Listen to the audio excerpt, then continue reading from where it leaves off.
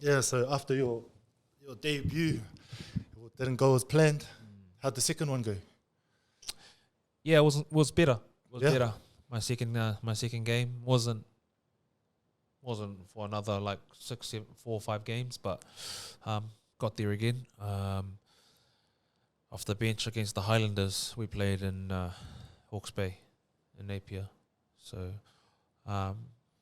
funny, it was me and Ma'a were both on the bench. Yeah. Yeah. So who was playing midfield?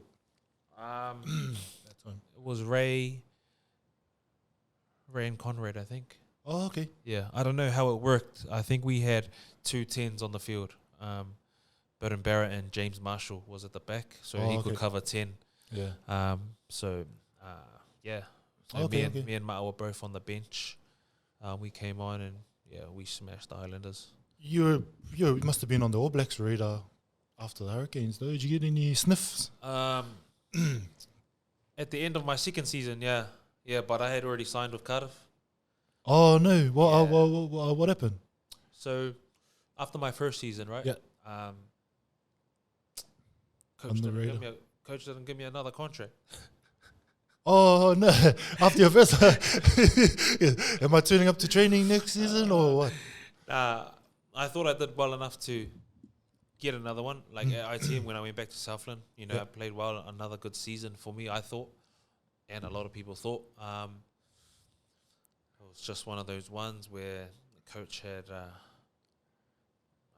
relationships with other centres out there. Yeah.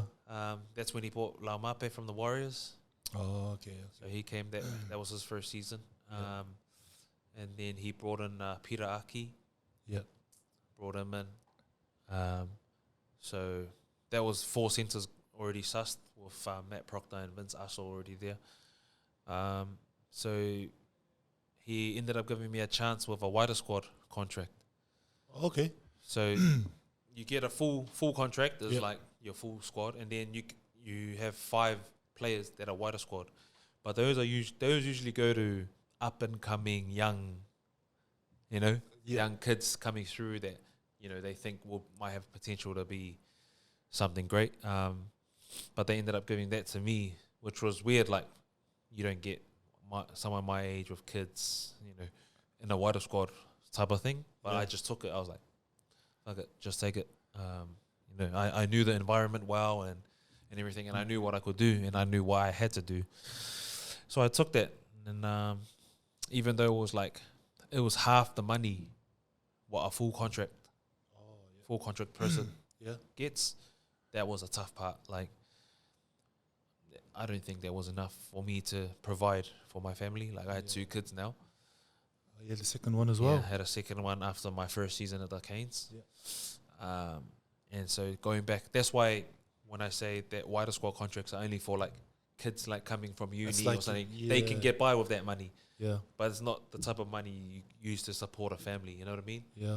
That must have been a tough year, man. It was tough. I can totally it was tough, but like I think that pushed me to grind harder. Like that like I said, you got to prove them wrong. Like I've been proven, like I've been doubted way back. Yeah. So I was like, it was just another obstacle and trying to prove someone wrong. So yeah, I thought I played well pre-season and all that, but I think the relationship between me and the head coach wasn't too good. Okay. Yeah. I think it was just a lot of off-field stuff I still needed to work on, which was fair enough. But, even though my rugby was doing the talking, I guess he was looking at my off-field stuff and more than my on-field. So, that's life. And he just...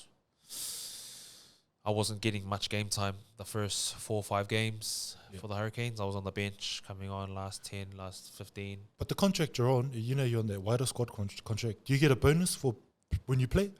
Yeah. So you get an extra 1,000 each time you're on the 23. Yeah. Okay. And if you play 10, you get bumped up to full. You get bumped up to full contract. Oh, really? Yeah. Oh, okay. So you like if you're on the wider squad, you're looked at as like you won't play.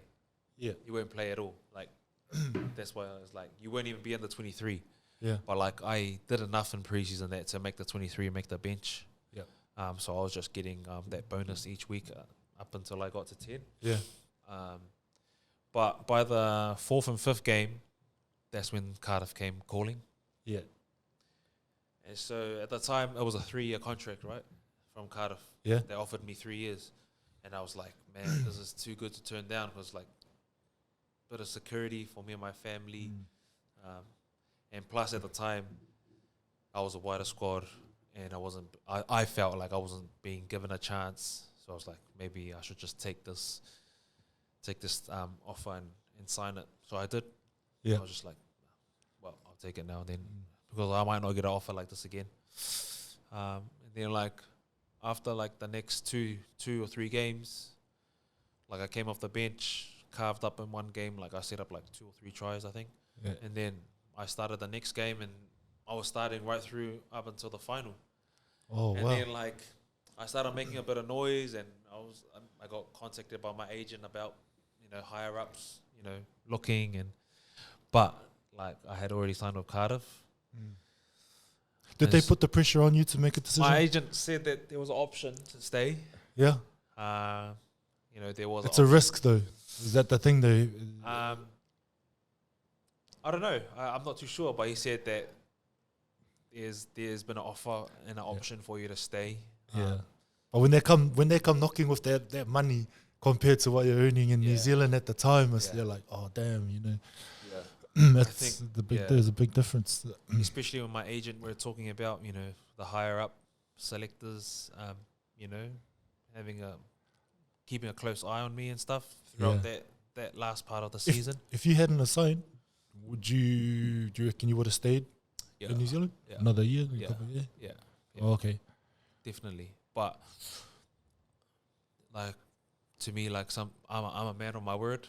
You know what I mean? Like, I like to stick to my word, and I've dedicated, like I've made a promise to the Cardiff, and plus a part of that was doing the 3-year residency to play for Wales. Yeah. So my mind had already been set on that. So that was the goal when you signed. When you came here, it was like, I'm gonna try and make the Welsh. Yeah, because the Wales team. That was a part of the contract. Like, was it part of the contract? Yeah, that was part of the contract. But because you played for under 20s Tonga, yeah. Yeah. So what was the? So you played for Tonga under 20s. So does that mean you had that 3-year? Nah, at the time, Tonga under 20s wasn't a captured team. It was just the Tonga team and the Sevens team at the time. Oh, okay. So Tonga 20s wasn't counted as a team that you could be captured by. So yeah, like I said, I just felt like I couldn't go back on, my word to Cardiff and to the deal that I've had. So I was just like, you know what, I'm just gonna take my contract to Cardiff and just focus on the next end of the season for the Hurricanes and finish on a bang. So you came here. Was Ray already here? Ray was already here. Yeah. So he's the one that sort of put my name forward to come to Cardiff. Okay. So the coach just had him up and said, any centres that are looking to come over here? And, that the end of his last season with Ma'a and that, he stayed with me. Oh, okay. Because he was already signed with Cardiff, so he sent his family back to Auckland. Yep. Just so they can spend time and before they leave. Yeah.